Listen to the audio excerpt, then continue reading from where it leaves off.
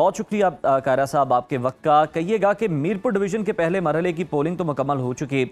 आपके ख्याल में नून लीग और दीगर जमातों के मुकाबले में पहले तो हम जानना चाहेंगे कि आप क्या समझते हैं कि पीपल्स पार्टी की पोजीशन कितनी मजबूत है?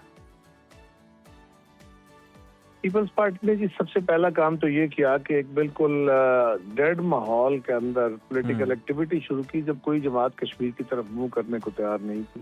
तो पहला कामयाबी तो यह है कि लोगों को पॉलिटिकल एक्टिविटी की और जमातों की तरफ वापस लेके आए और एहतजाजी सियासत से उनको बाहर निकालने में कामयाब हुए। दूसरा, हमने भरपूर तरीके से कैंपेन चलाई है और हम इलेक्शन से पहले भी कह रहे थे कि मुस्लिम लीग की क़यादत ने, कारकुनों ने नहीं, क़यादत ने जो इलेक्टोरल ब्राइब्स दी हैं 11th आवर पे आके, जिसपे इलेक्शन कमीशन ने कोई नोटिस नहीं लिया, वो आके 10 बसेस दे के इस तरह के जो हरकतें थी वो करके, कभी कोई 4 अस्पताल भी नहीं, वो एम्बुलेंसेस टाइप छोटी की गाड़ियों में क्लिनिक ऑन व्हील्स, वो उस तरह कुछ और चीजें, लैपटॉप्स, ये बांट के और सड़कें और उनके बुज़ुर्ग का यहाँ मौजूद होना, सारा पूरी कैंपेन को आके एक एक जगह पे जाके इंतजामिया को इस्तेमाल करना, हम इसको बाकायदा हम ही नहीं बल्कि सारा मीडिया दिखा रहा था। फिर इलेक्शन डे में हमने बाकायदा लिख के दिया हुआ था कि नकियाल सेक्टर में हमारे यहाँ बहुत खतरनाक सूरत हाल है, और वही हुआ कि हमारा कारकुन शहीद कर दिया गया, कुछ को गोलियां मार दी गई। अब ये फरमाइए, इन हालात में जब कारकुनों को गोलियां मार दी जाए और शहीद कर दिए जाए, तो वहाँ कौन सा इलेक्शन, गिरदो नवा में भी ऐसी पैनिक सूरत हाल फैल जाती है कि कौन सा इलेक्शन रह जाता है। और फिर जो लोग इलेक्शन स्टेशन को हाईजैक करके खड़े होते हैं, लोगों को भगा के फिर अपनी मर्जी से वो ठप्पे लगाते हैं। ये इलेक्शन कमीशन को चाहिए कि ये जरूर देखे कि उन पोलिंग स्टेशनों पे एक्स्ट्रा ऑर्डनरी टर्नओवर होगा, क्योंकि वहाँ पे उन्होंने अपनी मर्जी के टप्पे लगाए। इसी तरह चौधरी यासीन साहब का हल्का है कोटली का, उसके लिए हमने लिख के दिया था, उसके ऊपर के एक्स्ट्राऑर्डिनरी वहाँ पे फोर्स तैनात की जाए, वो नहीं की जा सकी। वो वहाँ पे भी लड़ाई झगड़े और पोलिंग बाकायदा हाईजैक की गई। कायरा साहब, वहाँ पर तो राना सनाउल्लाह जो है इल्जाम लगा रहे हैं, वो कह रहे हैं कि मैं उस पे भी आने लगा आपके जो पार्टी के सदर चौधरी यासीन के घर से जो चीजें बरामद हुई, मैं उस पे आने लगा। तो ये सूरत हाल हमने इलेक्शन कमीशन को भी और मीडिया को भी बात बताया। और दूसरी बात यह है कि हमारा कहना छोड़िए, हमसे न पूछिए, मुस्लिम लीग अपनी बेगुनाही, हम अपनी बेगुनाही की बातें करेंगे, हम उनको अलर्ज करेंगे, वो हमें करेंगे। आपका मीडिया हर जगह मौजूद है, आपके रिपोर्टर्स मौजूद हैं, आप अपने रिपोर्टर्स से न्यूट्रल रिपोर्ट लीजिए कि जो बातें पीपल्स पार्टी कह रही है क्या ये दुरुस्त है कि नहीं।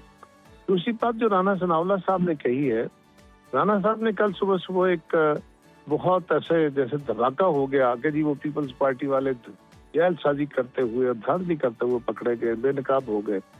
क्या हुआ, 2 प्रिजाइडिंग अफसर अपने बैग्स के साथ किसी घर में बैठे थे या मौजूद थे अपने स्टाफ के साथ, और सुबह सुबह early in the morning, late in the evening आप कह लीजिए, वहां पे जाके मुस्लिम लीग की उम्मीदवार ने अपने 7 लोगों को लेके और उनको निकाला।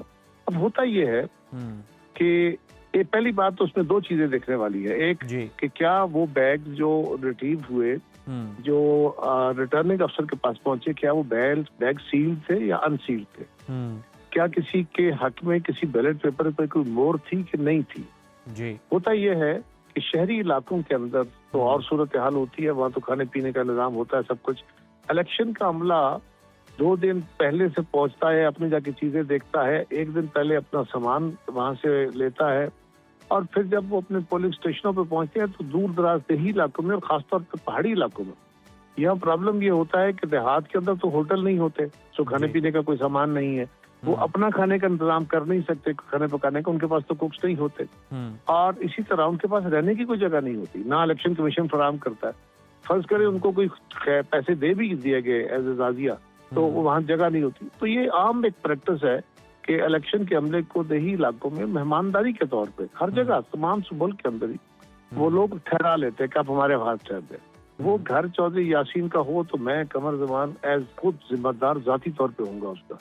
वो घर पीटीआई के कारकुन का था, उन्होंने उनको अपने तौर पे शायद ठहराया था या चाय पिलाई, क्योंकि वो लेट नाइट की बात है, और वो बैग इंटैक्ट एंड सील्ड पड़े थे, वहां अमला ठहरा था। इसको इतना हंगामा कर दिया गया कि इलेक्शन में धांधली हो गई, इसकी इंक्वायरी कराई जाए, फलां की जाए। हम इंक्वायरी को वेलकम करेंगे, बल्कि हम मुतालबा कर रहे हैं जी कि हम जो एलिगेशन लगा रहे हैं इलेक्शन कमीशन को उसके ऊपर इंक्वायरी करनी चाहिए, वरना हम परसू करेंगे। हम बिल्कुल आपकी तरदीद आ गई, आप खुला चैलेंज भी कर रहे हैं कि कोई साबित करे कि चौधरी यासीन का घर है। अब बिल्कुल इस पर आप इंक्वायरी के लिए भी तैयार है, लेकिन आप नहीं समझते कि इंतखाबी ज़ाब्ता अखलाक की खिलाफ वर्जी है कि मेहमान नवाजी भी है, तो आप बैग्स के साथ वहाँ पर चले जाएं। हालांकि कश्मीर के अंदर हम देखते हैं कि होटल इंडस्ट्री बहुत मौजूद है, टूरिज्म के लिए जो है वो बहुत सारे होटल्स हैं, क़याम की बहुत सारी जगह हैं। अगर ना भी हों तो ये ज़ाब्ता अखलाक की खिलाफ वर्जी नहीं कंसिडर होती कि इस तरह से वो चले जाएं? मेरे भाई, पहली बात तो ये है कि टूरिज्म के लिए बहुत सारी जगह नहीं है जी। होटल शहरों में है। मैं देहात का जिक्र कर रहा हूँ, पहाड़ी इलाकों का जिक्र कर रहा हूँ, और वहाँ पे पोलिंग का अमला इलेक्शन से एक दिन पहले पहुंचता है, शाम से पहले, क्योंकि ट्रेवल करके जाना होता है। वहाँ गए, अब स्कूल में कहीं आबादी से हटके एक स्कूल में उनकी जगह है, सही ना वहाँ पानी पीने की जगह है, ना कोई खाने का इंतजाम है, ना कोई सोने का इंतजाम है। तो क्या वो सारा रात वो जमीन पे बैठ के या कुर्सियों पे बैठ के गुजारेंगे? तो ये एक प्रैक्टिस सारे मुल्क के अंदर है। ये ज़ाब्ता अखलाक की होता क्या है, अगले दिन उठ के वो आके वो बैग लोगों के पोलिंग एजेंट्स के सामने खोलते हैं, वो बॉक्सेस लोगों को दिखाते हैं, वो जो बुक्स होती हैं कि ये एक से फलां से फलां तक इतनी बुक्स है, ये गिन लीजिए, वो सारा काउंट करके फिर बॉक्स को सील करते हैं। तो प्रोसेस शुरू होता है। ये नहीं है, हालात को भी देखना चाहिए ना। जो बात मैं कर रहा हूँ, शायद ये स्ट्रिक्टो सेंसो इलेक्टोरल ज़ाब्ता अखलाक की शायद मुखालफर्जी हो, लेकिन जब ग्राउंड रियलिटी ये है कि आप वहाँ सहूलत नहीं है तो क्या करें? खैर साहब, बिल्कुल आप भी ये सवाल उठा रहे हैं, लेकिन बहुत सारे हम देखते हैं कि ना सिर्फ इलेक्शन कमीशन का अमला, बहुत सारा और भी महकमों का अमला जो है वो नामसाइद हालात के अंदर ड्यूटी कर रहा होता है। तो ऐसा नहीं है कि किसी को भी अलाउ होना चाहिए। इस बात का भी आपसे जवाब चाहेंगे। ठहरिए, जी बताइए। पुलिस का अमला होता है जी, वो भी लोगों के घर जो होते हैं इस इलाके के, ये ट्रेडिशनली ये नंबरदार होते हैं, ये बाकी वो खाना दे देते हैं। नहीं तो पुलिस वाले अपने जो मुलाजमीन होते हैं उनको खाना पहुंचाते हैं जी। रेंजर्स वाले कहीं हो तो उनको खाना पहुंचाया जाता है और उनकी ड्यूटियां शिफ्ट होती रहती हैं। मेरे अजीज, मैं जिनका जिक्र कर रहा हूँ उनके पास कोई ट्रांसपोर्ट फराहम नहीं होती। उनको ज्यादा से ज्यादा इलेक्शन कमीशन का जो ट्रांसपोर्ट फराहम करना होती है वो उनको एक दिन कबल जाके उनके पोलिंग स्टेशन पे ड्रॉप कर देती है। यार, उनकी सूरत हाल भी देखो, इंसान है ना, फिर उन्होंने खाना है, पानी पीना है, सोना है, अगले दिन पूरे दिन काम करना है, तो वो क्या करें? लेकिन कारा साहब बिल्कुल ठीक है, उनकी मजबूरियां अपनी जगह, लेकिन सर देखें ना, एक उम्मीदवार है, उसके मुखालिफ उम्मीदवार की तरफ अगर इलेक्शन कमीशन का अमला जनाब जाके ठहर गया तो फिर तो उम्मीदवार की मसला तो होगा ना जी। अब राणा साहब के एक लफ्ज का उठा लिया। मैं बार बार आपको कह रहा हूँ कि चौधरी यासीन के घर से अगर हुआ तो हम बिल्कुल इलेक्शन में जिम्मेदार ठहराए जाएंगे।